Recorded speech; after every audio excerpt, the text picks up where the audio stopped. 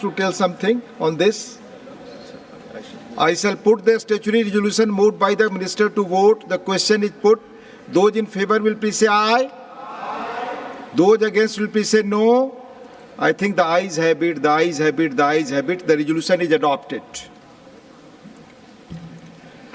Now discussion on the working of the Ministry of Agriculture and Farmers Welfare.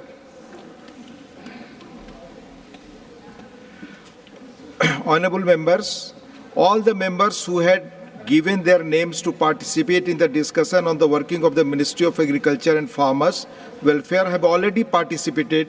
Now the Honorable Minister of Agriculture and Farmers Welfare will reply to the discussion. माननीय मंत्री जी।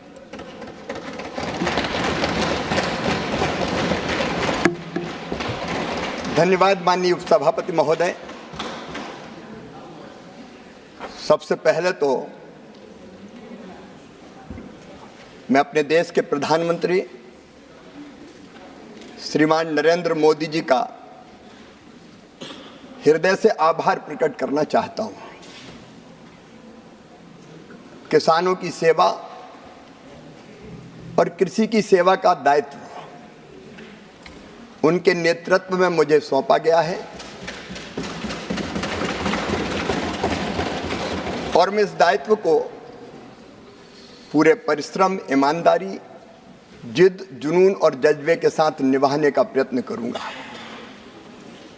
माननीय उपसभापति जी, मैं माननीय सभी सदस्यों का आभारी हूं।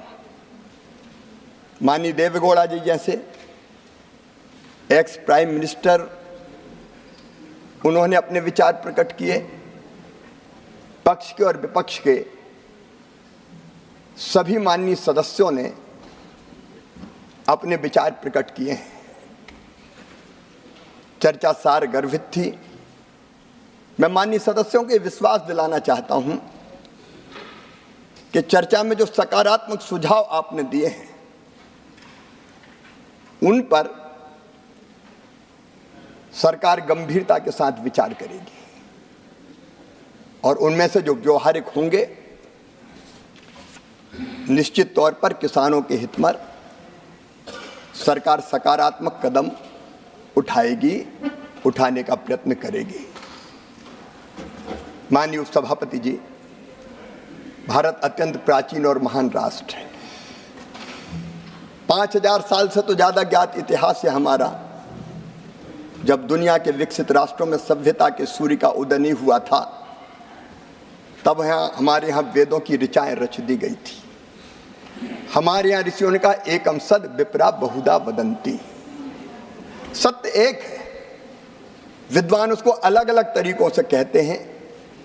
इस चर्चा को मैंने इसी रूप में लिया है कि लक्ष्य एक है, किसानों का कल्याण। तरीके अलग अलग हो सकते हैं, रास्ते अलग अलग हो सकते हैं। हम प्रयत्न करेंगे कि सारे सुझाव को समाहित करते हुए आगे बढ़ें।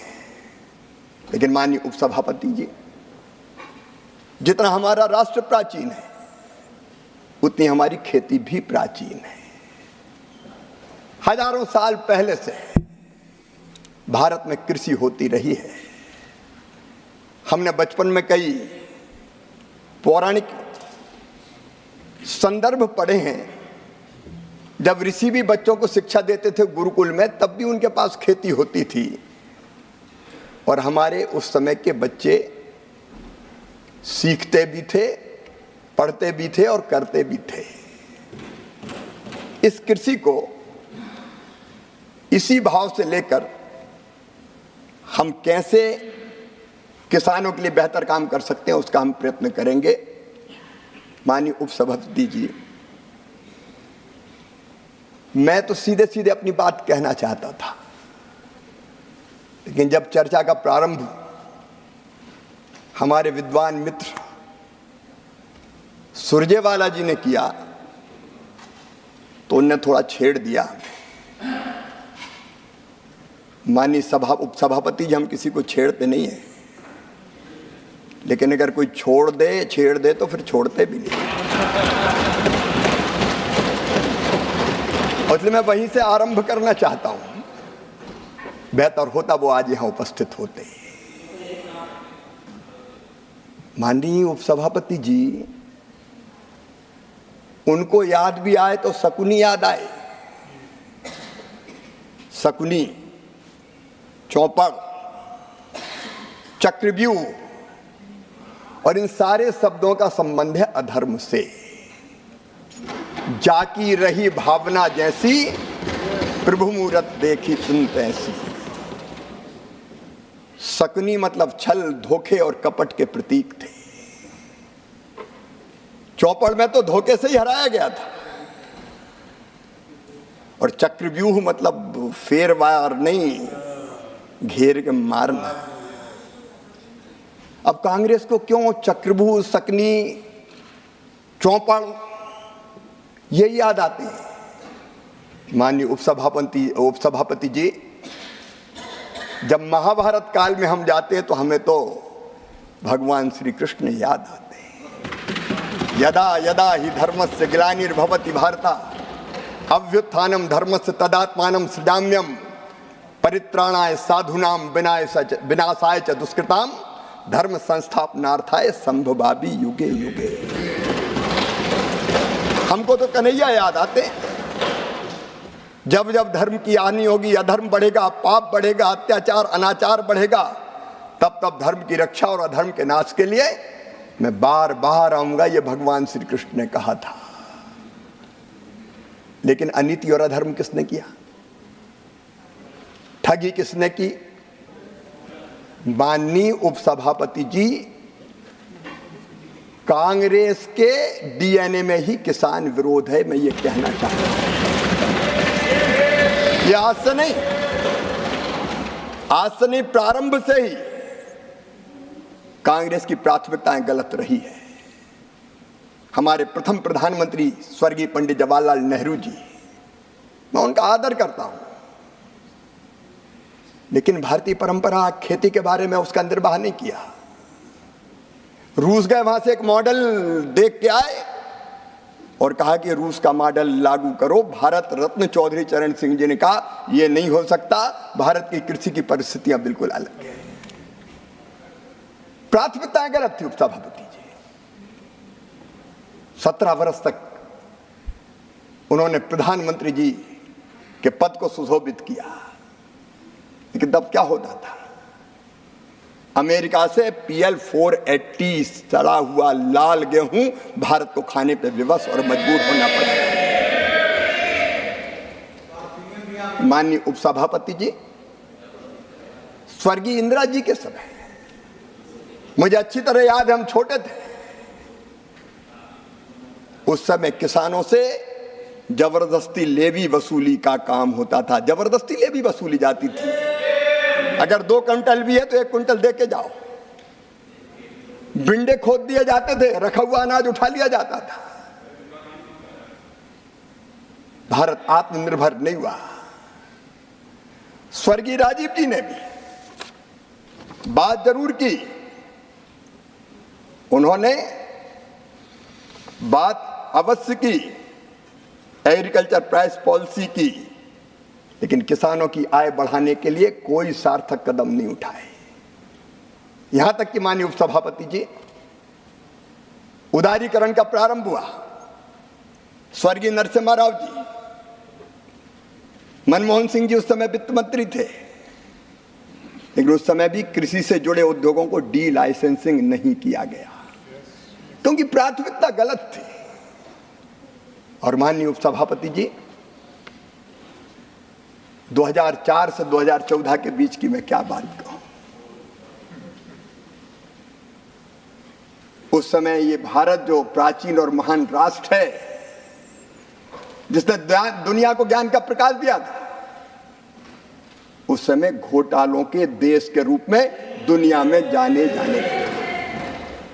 2G, 3G, 4G।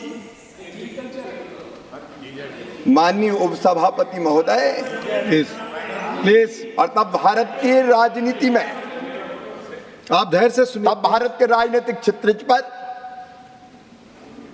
उदय हुआ एक दैदीप्यमान सूर्य का, जिसने सारे देश को आशा और विश्वास से भर दिया। उनका नाम था नरेंद्र मोदी। कांग्रेस की प्राथमिकताएं गलत थी। मोदी जी के नेतृत्व में प्राथमिकताएं बदलने का काम हुआ और खेती के लिए माननीय अध्यक्ष जी हमारी 6 प्राथमिकताएं मैं आपके सामने निवेदन करना चाहता हूं। 6 प्राथमिकताएं। नंबर 1, उत्पादन बढ़ाना। नंबर 2, उत्पादन की लागत घटाना। नंबर 3, उत्पादन के ठीक दाम देना। और नंबर 4, प्राकृतिक आपदा में ठीक राहत की राशि देना। नंबर 5, कृषि का विविधीकरण, खेती में वैल्यू एडिशन। और माननीय अध्यक्ष उपसभापति जी, आने वाली पीढ़ियों के लिए भी धरती सुरक्षित रहे, इसलिए प्राकृतिक खेती को बढ़ावा देने का प्रयास। सुविचारित ढंग से यह भारतीय जनता पार्टी की सरकार, एनडीए की सरकार खेती का रोड मैप बना के काम कर रही है। कल कह रहे थे हमारे मित्र, बजट का जिक्र कर रहे थे, बजट कम कर दिया गया। मैं माननीय उपसभापति महोदय ये बताना चाहता हूं, कृषि के लिए बजटीय आवंटन 2013 और 14 में था केवल 27,663 करोड़ रुपया। 2024-25 में ये बढ़कर हो गया 1,32,470 करोड़ रुपया। और ये केवल कृषि विभाग का है। एग्रीकल्चर एंड एलाइड सेक्टर जोड़ दिए जाए तो माननीय अध्यक्ष महोदय, इसमें फर्टिलाइजर की सब्सिडी भी अगर जोड़ दी जाए तो फर्टिलाइजर, सहकारिता, पशुपालन, डेयरी, फूड प्रोसेसिंग, फिशरीज, इन सबको जोड़ दिया जाए तो ये बजट बढ़ के हो जाता है।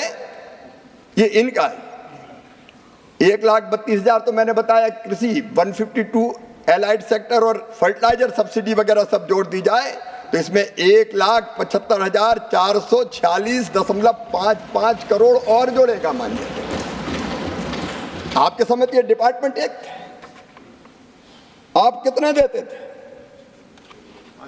माननीय उपसभापति जी, बजट का पर्याप्त प्रावधान है और इसमें सिंचाई तो जोड़ा ही नहीं, सिंचाई तो जोड़ा ही नहीं। जल शक्ति मंत्रालय अलग है,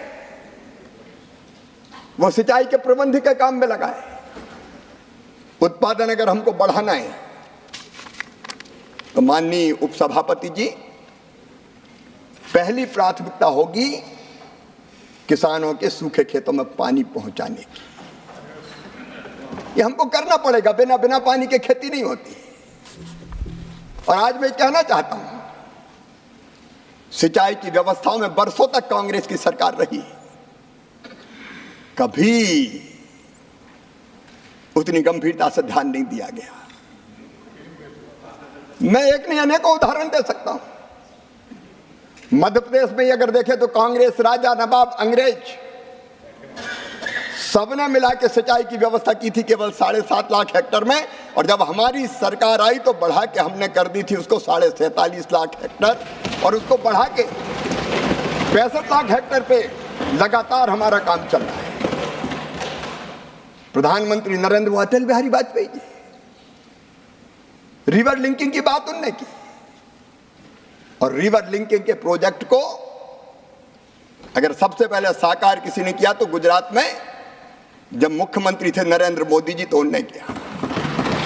नर्मदा जी के पानी को कई नदियों में प्रवाहित करके उन्होंने जो नदियां समाप्त हो गई थी उनको जीवित करने का काम किया। भाजपा शासित राज्यों ने कई जगह काम किया। मध्य प्रदेश में भी मैं जिनका बहुत आदर करता हूं, पूर्व मुख्यमंत्री रहे आदरणीय दिग्विजय सिंह जी भी यहां बैठे। जब रिवर लिंकिंग की बात आई और यह कहा गया कि क्या नर्मदा जी को क्षिप्रा जी से जोड़ा जा सकता है, तब उत्तर था उधर से कि नहीं, इम्पॉसिबल। हमने कहा संभव शब्द हमारे शब्दकोश में नहीं है, और तय किया कि नर्मदा जी के पानी को छिप्रा जी में ले जाएंगे और ले जाके दिखा देंगे। नर्मदा छिप्रा, नर्मदा जी गंभीर, नर्मदा जी पार्वती, नर्मदा जी काली सिंध, सबको जोड़ने का काम हुआ। और आज नरेंद्र मोदी जी के नेतृत्व में कैन और बेतवा को जोड़ने के प्रोजेक्ट को भी स्वीकृति दे दी गई है। 20 लाख हेक्टेयर जमीन, 20 लाख एकड़ जमीन में सिंचाई, सिंचाई पहली प्राथमिकता होनी चाहिए थी।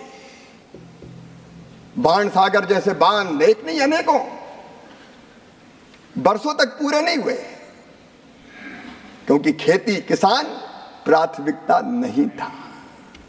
आज मुझे गर्व यह कहते हुए कि प्रधानमंत्री नरेंद्र मोदी जी के नेतृत्व में प्रधानमंत्री सिंचाई योजना पर भी काम चल रहा है, और उसके साथ साथ एक नहीं अनेकों सिंचाई की योजनाएं जिस पर हम काम कर रहे हैं।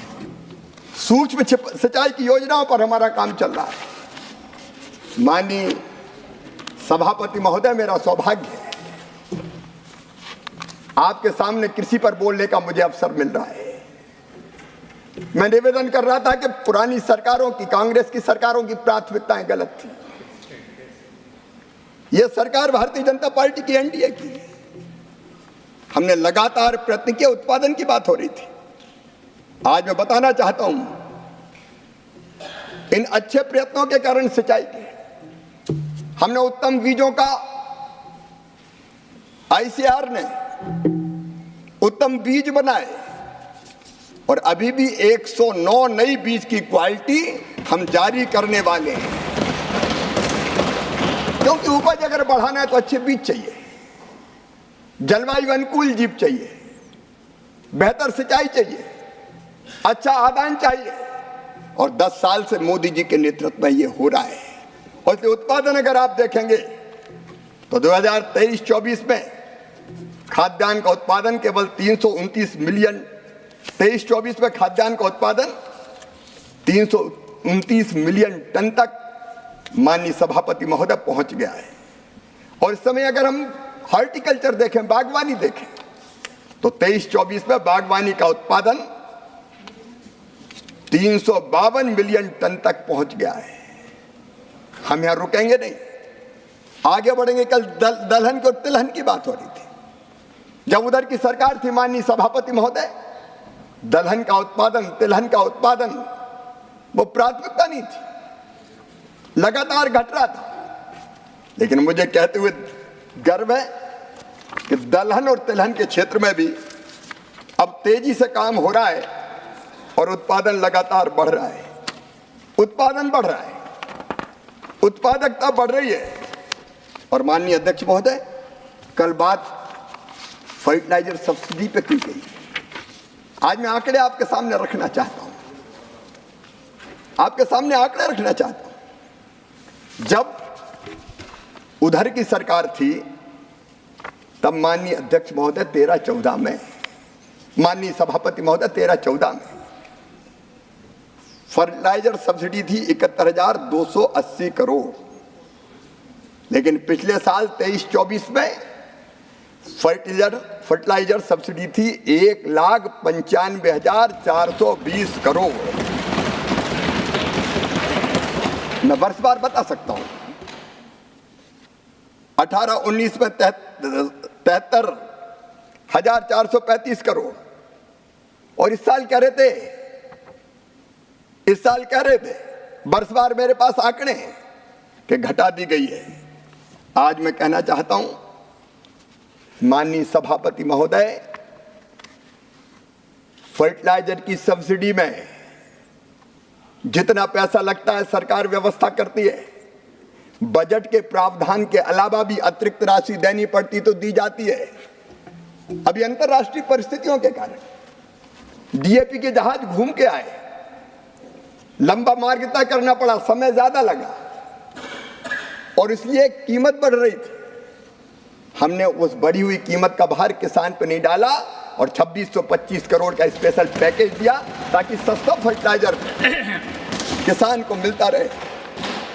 आज आपके माध्यम से माननीय सभापति जी मैं बताना चाहता हूं, यूरिया के एक बैग पर हमारे विद्वान मित्र अभी संजय जी बैठे, वो बात कर रहे थे कि मात्रा कम हो गई है, कम हो गई है।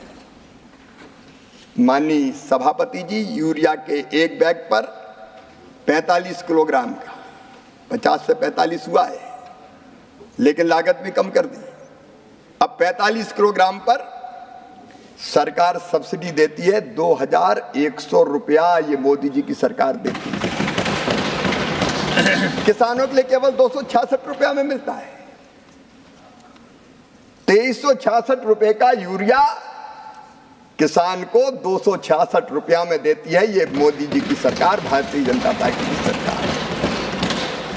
माननीय सभापति जी, डीएपी का एक बैग 50 किलोग्राम का सरकार सब्सिडी देती है 1083 रुपया, कुल कीमत पड़ती है 2433 रुपया, लेकिन किसान को मिलता है 1350 में। हमने इस कीमत को कभी बढ़ने नहीं दिया। सस्ता खाद मिले, किसान फायदे की खेती कर पाए, इसके लिए एक नहीं अनेकों कदम उठाए गए। और माननीय अध्यक्ष, माननीय सभापति महोदय, मैं आपके माध्यम से आश्वस्त करना चाहता हूं, देश के करोड़ों किसान भाइयों और बहनों को यह सस्ता खाद मोदी जी की भारतीय जनता पार्टी की सरकार देती रहेगी। मैं पानी की बात कर रहा था, पर ड्रॉप मोर क्रॉप, प्रधानमंत्री जी ने मंत्र दिया। पानी की कमी पर कई माननीय सदस्यों ने चिंता जाहिर की थी। अंडरग्राउंड वाटर नीचे जा रहा है, कई जगह सूखे का संकट है, इसलिए पानी की एक एक बूंद हमें बचानी पड़ेगी और इसलिए सूक्ष्म सिंचाई योजना लाई गई।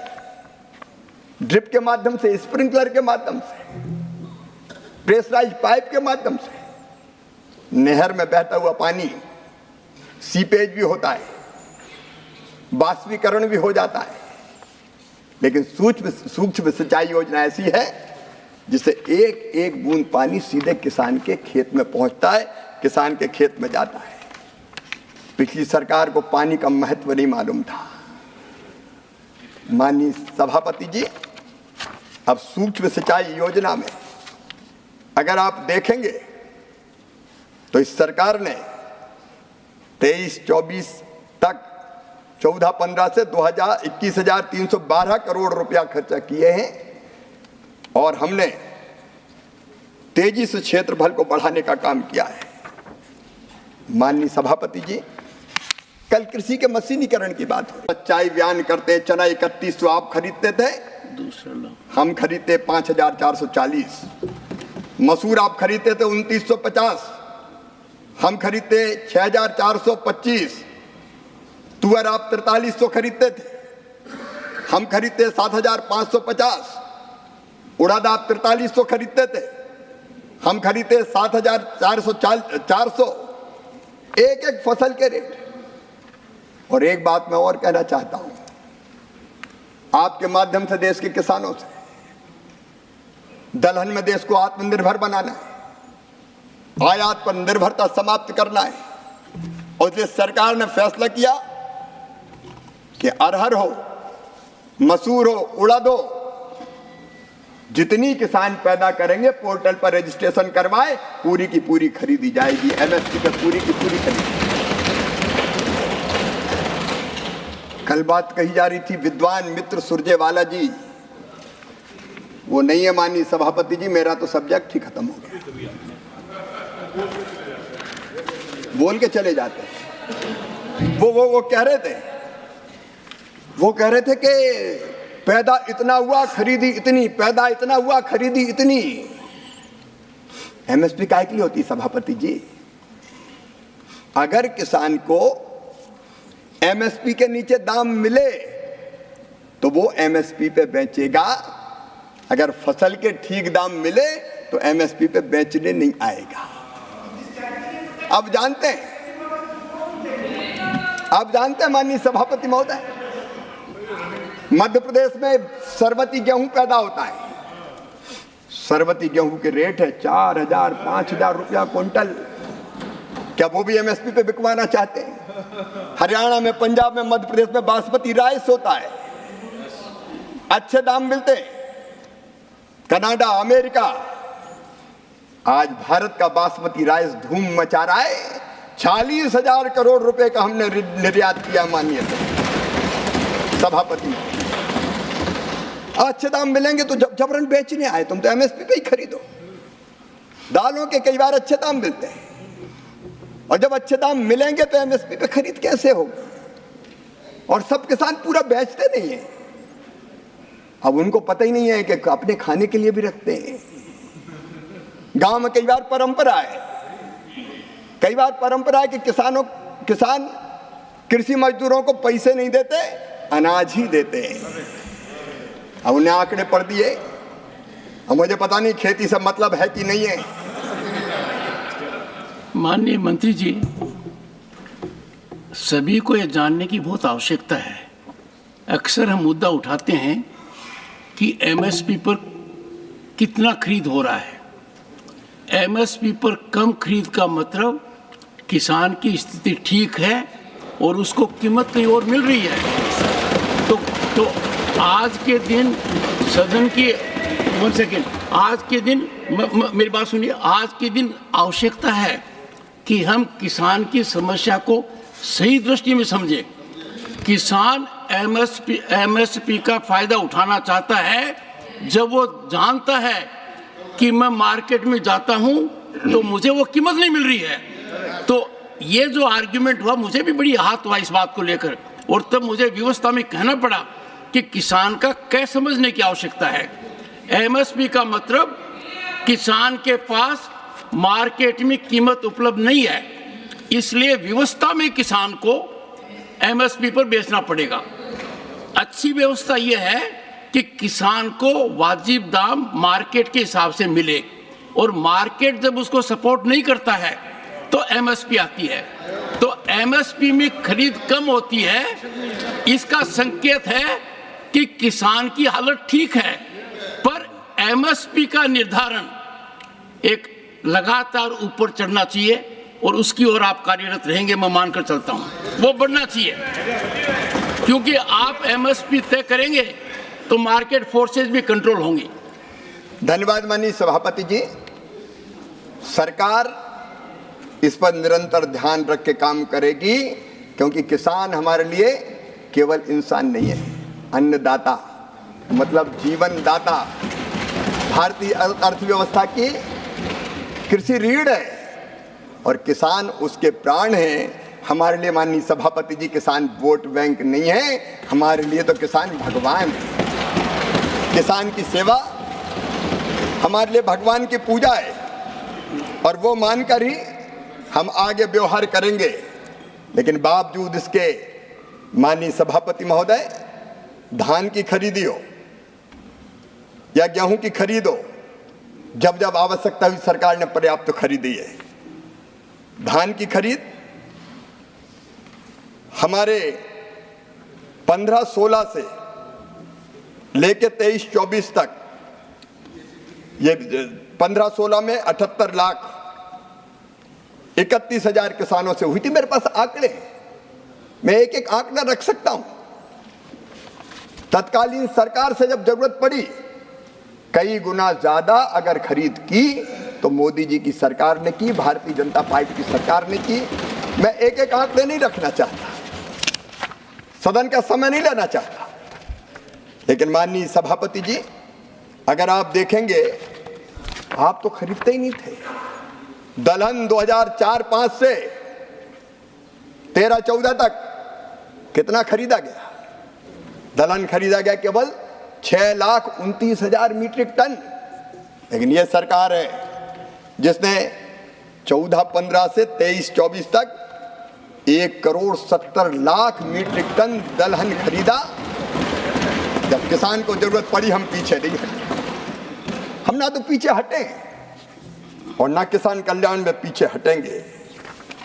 माननीय सभापति जी, आज मैं आपके माध्यम से आश्वस्त करना चाहता हूं ये सरकार किसानों को निरंतर समर्थन देना जारी रखेगी, मूल्य ठीक मिले, इसके लिए मोदी सरकार प्रतिबद्ध है, संकल्पबद्ध है।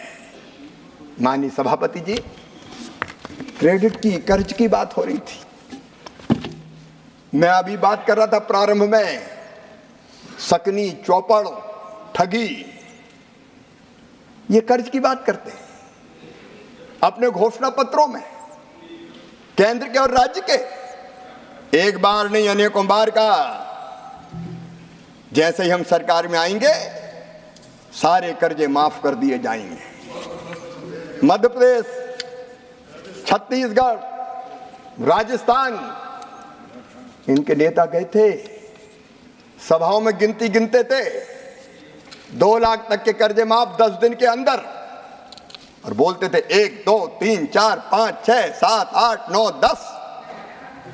10 दिन में कर्जा माफ, नहीं तो 11वें दिन मुख्यमंत्री हटा दिया जाएगा।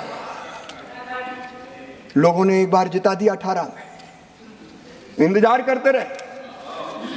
10 दिन हो गए, 1 महीना हो गया, 1 साल हो गया, कर्जा माफ नहीं हुआ। तो 1.25 साल में फिर से कांग्रेस की सरकार ही चली गई मध्य प्रदेश में,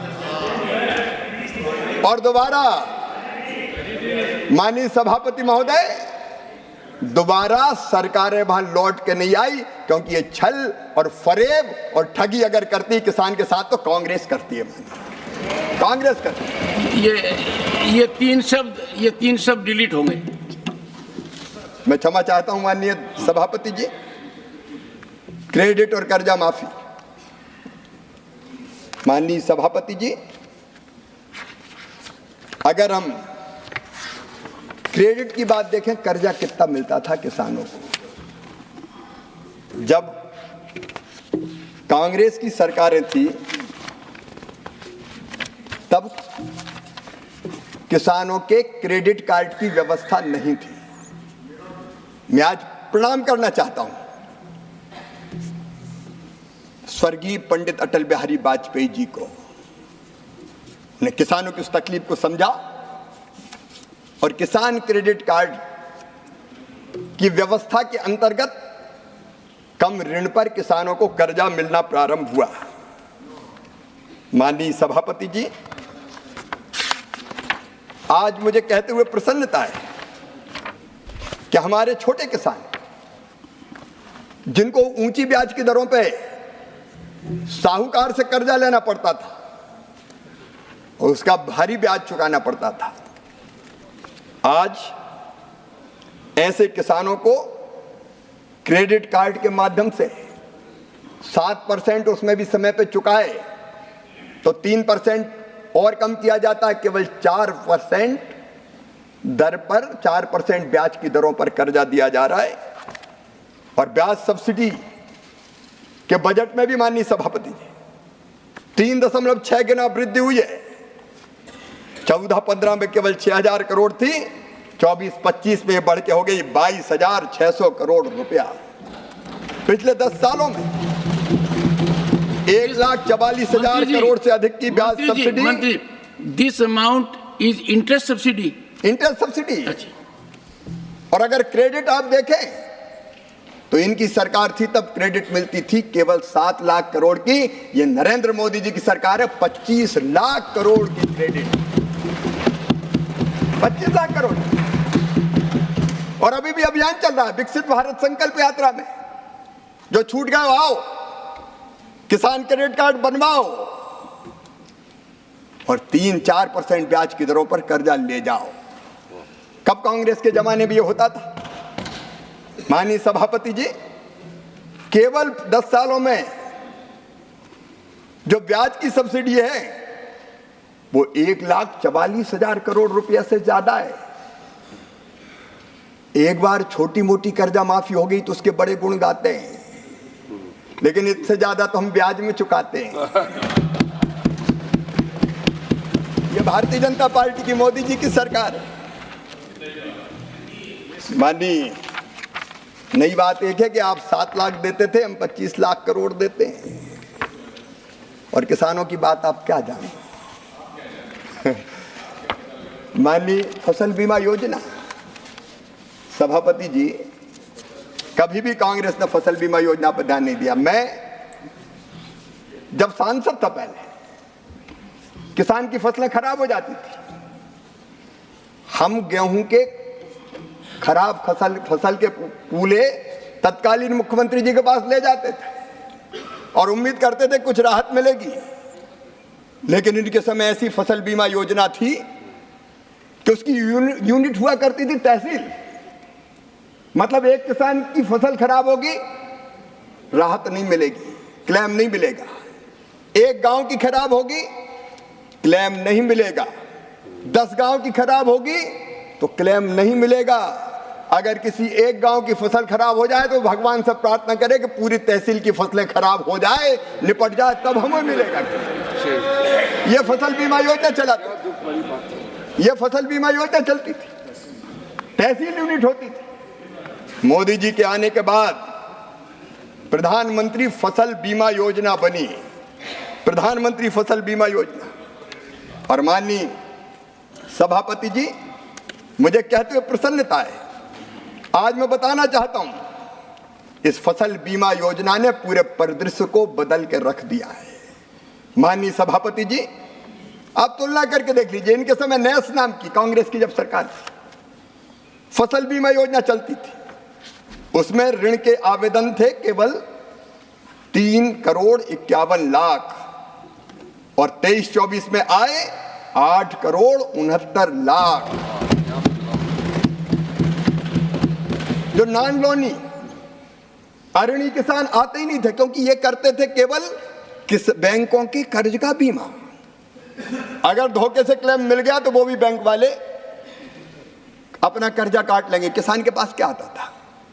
किसान को कुछ नहीं मिलता था, बैंक के लोन का बीमा होता था, किसान देखता रह जाता था। अब अलोनी किसान, नॉन लोनी किसान, इनके समय के बीमा करवाते थे, आवेदन आते थे केवल 20 लाख और अब आए हैं 5,48,00,000, 27 गुना से ज्यादा। बीमित क्षेत्र, माननीय सभापति जी, अब 5,98,00,000 हेक्टेयर हो गया है और कुल बीमित राशि इनके समय 82,000 करोड़ हुआ करती थी, अब बढ़ के 2,71,295,000 हो गई है। आप फसल बीमा की आलोचना करते हैं। किसानों के प्रीमियम, इनके समय किसान प्रीमियम देता था 16,442 करोड़, दावों में 63,617 करोड़ मिले और अब 32,440 करोड़ प्रीमियम और 1,64,000 करोड़ रुपया क्लेम किसान को मिला है। ये अपने आप में दर्शाता है कि किसान को अगर नुकसान होता है तो क्लेम दिया जाता है। ये दुनिया की सबसे बड़ी फसल बीमा योजना है जो प्रधानमंत्री नरेंद्र मोदी जी के नेतृत्व में चल रही है। और माननीय सभापति जी, आज कल कई देश इस योजना का अध्ययन करने आ रहे हैं, जिनको अपने यहाँ फसल बीमा योजना लागू करनी है। माननीय अध्यक्ष महोदय, मैं आपसे निवेदन करना चाहता हूं, जब कांग्रेस की सरकार थी एक समस्या और थी, किसानों ने तो देश के अन्न के भंडार भर दिए, उत्पादन बढ़ा हुआ उत्पादन फसल के उपरांत वो बेचने में अगर समय चाहिए तो रखें कहां? रखने की जगह नहीं थी। मुझे याद है माननीय सभापति जी, एक बार जब शरद जी कृषि मंत्री थे, मैं मध्य प्रदेश का मुख्यमंत्री था, मैं उनके पास आया कि हमें पीडीएस के लिए कुछ अतिरिक्त आवंटन दे दें। उनका दे कहां से दें, तुम प्रोक्योरमेंट कितना करते हो? तब मध्य प्रदेश से ज्यादा प्रोक्योरमेंट नहीं होता था, लेकिन हमने संकल्प लिया और मुझे कहते हुए गर्व है कि कृषि के उत्पादन को मध्य प्रदेश में 2004-05 में, जब कांग्रेस की सरकार थी, वो लगभग 1,19,00,000 मीट्रिक टन था, बढ़ के उस समय की बात बता रहा हूं मैं, 6,19,00,000 मीट्रिक टन हो गया था। अब हमारे सामने समस्या आई कि रखे कहां? खेत में गेहूं, खलिहान में गेहूं रखने की जगह नहीं, क्योंकि वेयर हाउस तो कांग्रेस के जमाने में कभी बने नहीं, रखे कहां? और जब रखने की व्यवस्था नहीं थी तो औने पौने दाम पे बेचना पड़ता था। ना कोल्ड स्टोरेज थे, ना वेयर हाउस थे, ना राइपनिंग चैम्बर थे, ना ग्रेडिंग सॉर्टिंग की व्यवस्था थी, और उसके कारण औने पौने दाम पे कई बार किसान को अपने उत्पाद को बेचना पड़ता था और लॉसेस भी बहुत होते थे। मैं धन्यवाद देना चाहूंगा प्रधानमंत्री श्रीमान नरेंद्र मोदी जी को, एग्रीकल्चर इंफ्रास्ट्रक्चर फंड की योजना बनी और योजनाबद्ध तरीके से तय किया कि किसान का उत्पाद रखने के लिए बेहतर इंफ्रास्ट्रक्चर बनाएंगे। और मुझे कहते हुए प्रसन्नता है माननीय सभापति जी कि बढ़ते हुए भंडारण को बढ़ते हुए उत्पादन को देखते हुए इस एग्रीकल्चर इंफ्रा फंड, कल कह रहे थे सुरजेवाला जी, इतना प्रावधान था, इतना ही हुआ। अब वो पता नहीं कौन से साल के आंकड़े पढ़ लेते हैं। मुझे कहते हुए प्रसन्नता है 2020 में प्रधानमंत्री जी ने 1 लाख करोड़ रुपए के एग्री इंफ्रा फंड की घोषणा की थी और 26 जुलाई 2024 तक मैं जानकारी अपडेट करना चाहता हूं, 72,222 कृषि इंफ्रास्ट्रक्चर परियोजनाओं के लिए 46,080 करोड़ रुपया स्वीकृत हो गए। और इसमें निजी निवेश मिला के, क्योंकि जिसने बनाया उसने खुद का भी लगाया, 76,305 करोड़ रुपए का इन्वेस्टमेंट हो चुका है। 13,569 वेयर हाउस, 13,469 गोदाम, 15,443 प्राथमिक प्रसंस्करण केंद्र, 17,899 कस्टम हायरिंग केंद्र, 3,021 छटाई और ग्रेडिंग इकाइयां, 1,892 कोल्ड स्टोर, कोल्ड चैन और 20,338 अन्य प्रकार की फसलोपरांत प्रबंधन परियोजनाएं और सामुदायिक कृषि परिसंपत्तियां बनी हैं। ये भी किया तो श्रीमान नरेंद्र मोदी जी की सरकार ने किया, भारतीय जनता पार्टी की सरकार ने किया। माननीय सभापति जी, किसान को ठीक दाम मिले, इसके लिए नवाचारों की भी जरूरत थी और इसलिए प्रधानमंत्री जी के नेतृत्व में राष्ट्रीय कृषि मंडी इनाम, इस व्यवस्था को बनाया गया। एक Akhil Bharatiya electronic trading portal है ये इनाम, जो एग्रीकल्चर जिन्स के लिए पंजीकृत राष्ट्रीय बाजार के लिए एक वर्चुअल प्लेटफॉर्म के माध्यम से रियल एपीएमसी के नेटवर्क को तैयार करने का प्रयास करता है। 23 राज्यों, बताते हुए प्रसन्नता है, 23 राज्यों और 4 केंद्रों में 1389 मंडियों को इनाम जारी किया गया है। 28 जुलाई 2024 तक इनाम पोर्टल पर 1,77,00,000 किसान और 2,59,000 व्यापारी पंजीकृत हो गए। इनाम प्लेटफॉर्म पर कुल 10,03,000 टन 10,03,000 टन अनाज और इसके अलावा बांस, पान, नारियल, नींबू, मिठाई सामूहिक रूप से लगभग 3.63 लाख करोड़ रुपए का व्यापार दर्ज किया गया है। अगर दूसरी मंडी में कहीं अच्छे दाम मिल रहे हैं तो किसान के पास कोई व्यवस्था नहीं थी कि वो बेहतर दाम पर बेच सके। इनाम के कारण अब ये धीरे धीरे संभव हो चला है और इससे किसान को बहुत लाभ हुआ है। माननीय सभापति जी, हम जानते हैं कि हमारे यहाँ खेत की जोत का आकार छोटा है। 85% किसान हमारे लघु हैं, सीमांत हैं। उनके पास खेती में लगाने को ज्यादा पैसा नहीं होता। अगर खाद खरीदना, बीज खरीदना इंडिविजुअल जाता है तो ज्यादा समय लगता है, पैसा लगता है।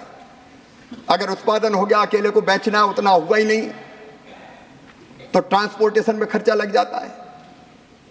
और इसलिए जरूरत थी कि कोई ऐसी व्यवस्था बनाई जाए जहाँ छोटे छोटे किसान एक होके अपना समूह बनाएं, सामूहिक रूप से आदान खरीदें, अपने उत्पादन को सामूहिक रूप से बेचें और अगर जरूरत पड़े तो प्रसंस्करण के काम में भी उतर जाएं। पहले व्यवस्था नहीं थी, लेकिन एफपीओज की व्यवस्था को भी खड़ा किया तो प्रधानमंत्री नरेंद्र मोदी जी के नेतृत्व में ये एनडीए और भारतीय जनता पार्टी की सरकार ने बची। आज 8,875 एफपीओज पूरे देश में काम कर रहे हैं। कहा आपने भी था कि हम ऐसे आयात और निर्यात की नीति बनाएंगे, उत्पादक समूह कंपनियों की आय वृद्धि में सहायता करेगी। लेकिन इनको तो किसान चुनाव के समय याद आता है, बाकी भूल जाते हैं। वोट बैंक नहीं माननीय सभापति जी, इंसान है। कांग्रेस की प्राथमिकता कभी किसान नहीं रहे, हमने इंसान मान के काम किया है। और इसलिए माननीय सभापति महोदय, इन एफपीओज के माध्यम से माननीय मंत्री जी, we have today about 4.5 minutes. Would you like to conclude today or? माननीय सभापति जी, मेरी विनम्रता पूर्वक प्रार्थना है कि देश के किसान और कृषि की जिम्मेदारी मुझे मिली है, तो कुछ बुनियादी चीजें मैं सदन के माध्यम से रखना चाहता हूं। तो मुझे आप अनुमति देंगे? अगले दिन भी आप बोलने का कहेंगे तो मैं रख नहीं, ये निर्णय आप कीजिए जी। जब तक खत्म नहीं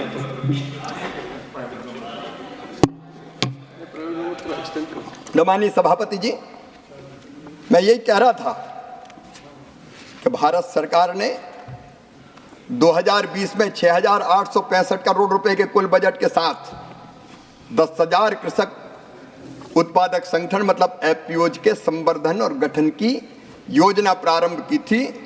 और मुझे खुशी है कि 8,875 बन गए, जिनने 4,165 एफपीओ को 210 करोड़ रुपए की मैचिंग इक्विटी भी जारी की गई है। और उनमें से कई एफपीओज बड़ी सफलता के साथ चल रहे हैं। मैं कई सफलता की कहानियां रख सकता हूं, लेकिन आज वक्त मुझे इजाजत नहीं दे रहा। लेकिन मैं कहना चाहता हूं कि इस एफपीओ के किसानों के संगठन को हम आंदोलन का रूप देके छोटे और सीमांत किसानों को ठीक दाम मिले और वो फूड प्रोसेसिंग के क्षेत्र में भी उतर जाए, इसमें कोई कसर नहीं छोड़ेंगे। ये गरीब किसानों की जिंदगी बदलने का काम करेगा। कभी ये नवाचार नहीं हुए, इसके पहले कभी नवाचार नहीं हुए। माननीय सभापति जी, मैंने कहा था उत्पादन की लागत घटाना है। एक नहीं अनेकों प्रयास उसके लिए किए गए, एक नहीं अनेकों प्रयास मोदी जी के नेतृत्व में। आप केवल कहते रहे, मैं कांग्रेस के घोषणा पत्र उठा के बता सकता हूं।